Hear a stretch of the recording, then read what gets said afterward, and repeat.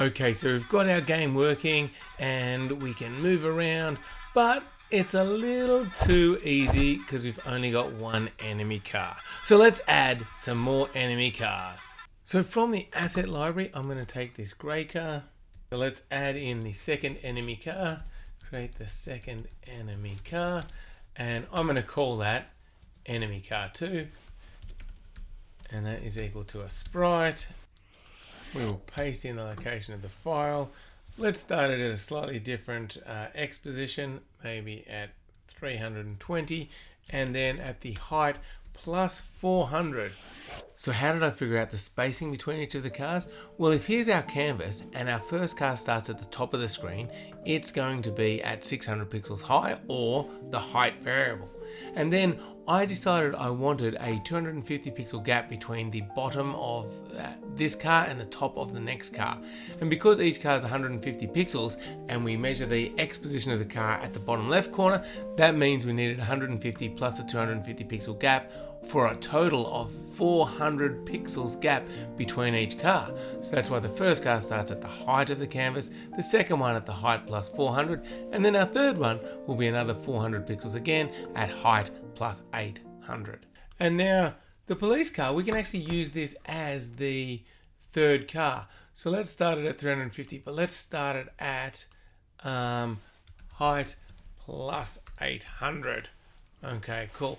Now we're also using this for the game over screen, but we reset its position beforehand, before the game over screen, so we're free to start it here at height plus 800. So inside the playing loop, we draw our first enemy car.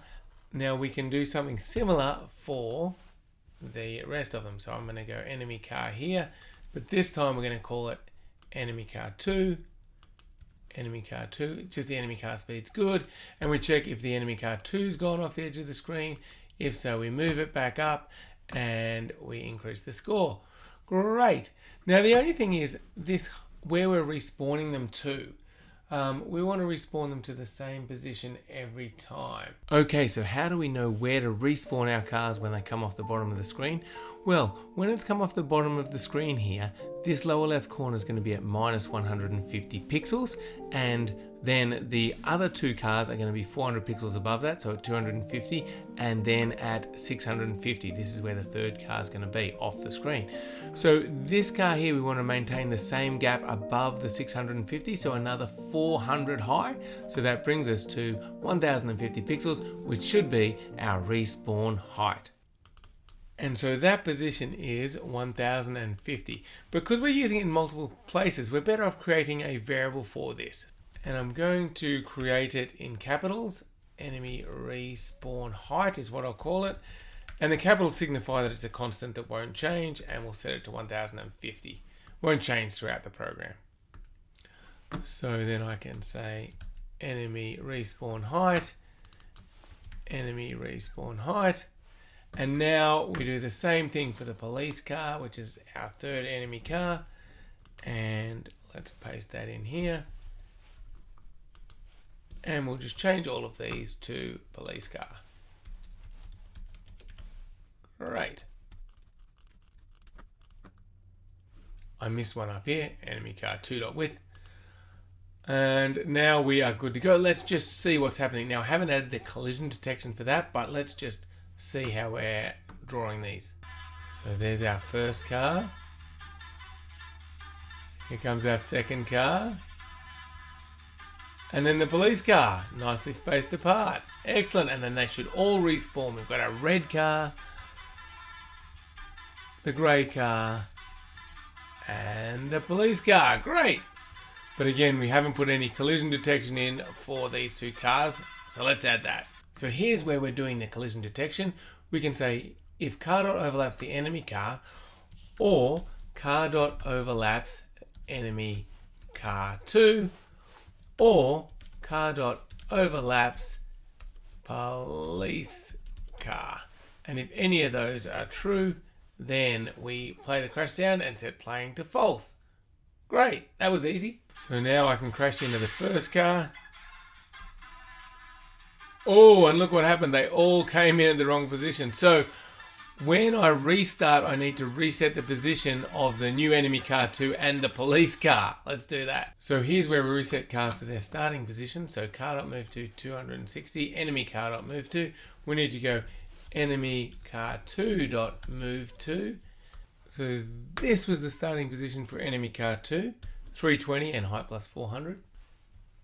So we can copy that in there, and then police car, let's reset that to, we had it 350 and height plus 800. Great. All right, now let's check if all our collision detection and respawning and resetting to the starting position is working. So I can crash into the first car, I can crash into the second car, and I can crash into the police car. So now our game is much more challenging, but I still want to add another level of challenge. I want there to be, for that third police car that comes down, I want there to be 2 of the police cars next to each other. So I'm going to create a second version of the police car. I'm going to call it police car 2, and it's going to start at 150, height plus 1800, same height. Let's draw that in the animation loop. So we can copy the police car code, and we will call it police car 2.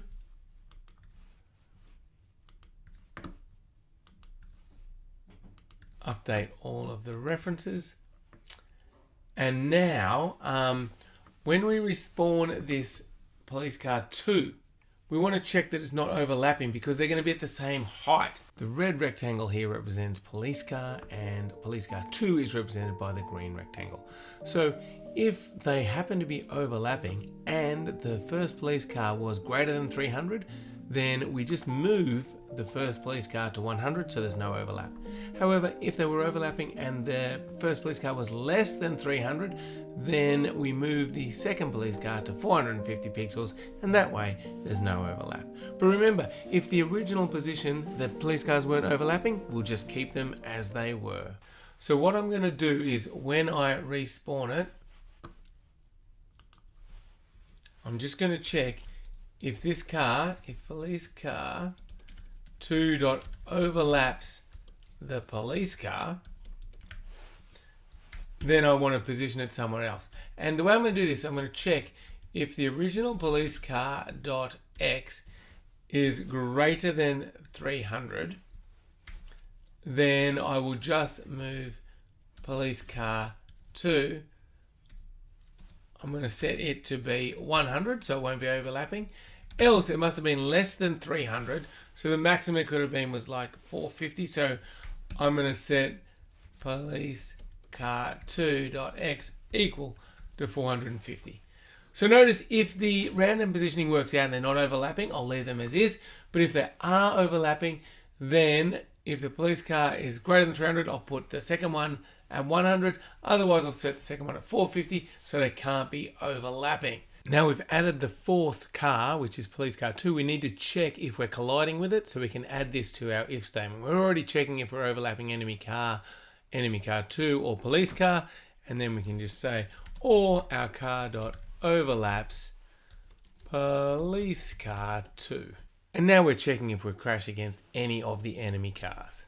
And if we do, we play the crash sound and then set playing to false, so the main animation loop for the playing state ends. And now we need to make sure that we reset police car 2 back to its original position once we restart the game.